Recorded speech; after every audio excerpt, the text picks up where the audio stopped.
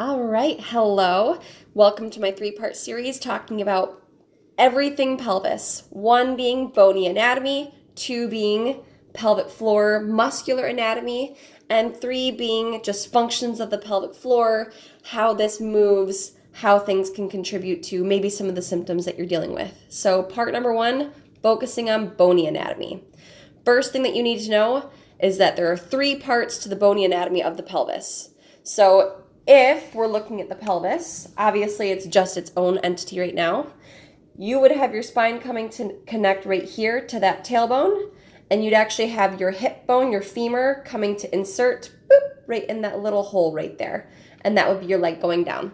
We're not going to talk about those though. If you have more questions, I can always share later. We're just going to focus on the pelvis itself.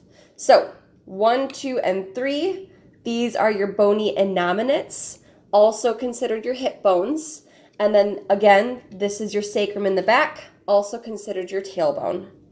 There are two things really holding this together because you want this to look like a bowl. Whether you're male or female, it's gonna look like a bowl. For women, it's gonna be a little bit wider of a bowl because we're thinking about our ability to have kids, but it's always gonna be a bowl. These three parts always wanna fit together like puzzle pieces. If there's a little shift or anything moves a little bit, either in the front or in the back, because you can see that's the little joint there, then you could have some pain, and that maybe that's part of why you're here to see some of these videos. But again, two things holding these things together. One, ligaments. So that blue in the front and that blue in the back, I've got a couple that are visualized here. Those are ligaments. There's not really a lot of control we have over those things.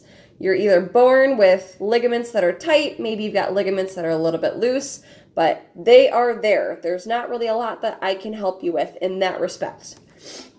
Keep in mind, you also have more than just these ligaments.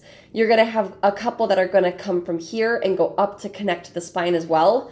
Really, there's a lot of support in this area because it has to move, but we don't want it to move too much, again, because of the puzzle pieces. But the second thing, let's say you're somebody who was born, or let's say you're pregnant, and now you've got a lot more hypermobility, which can create a lot more motion at those puzzle piece spots. The second thing, and the thing that I focus on more, is that pelvic floor anatomy. Those are the things that are going to help keep this bony anatomy working and shaking the way that you need. So part 2, I'm going to talk a little bit more about that pelvic floor anatomy.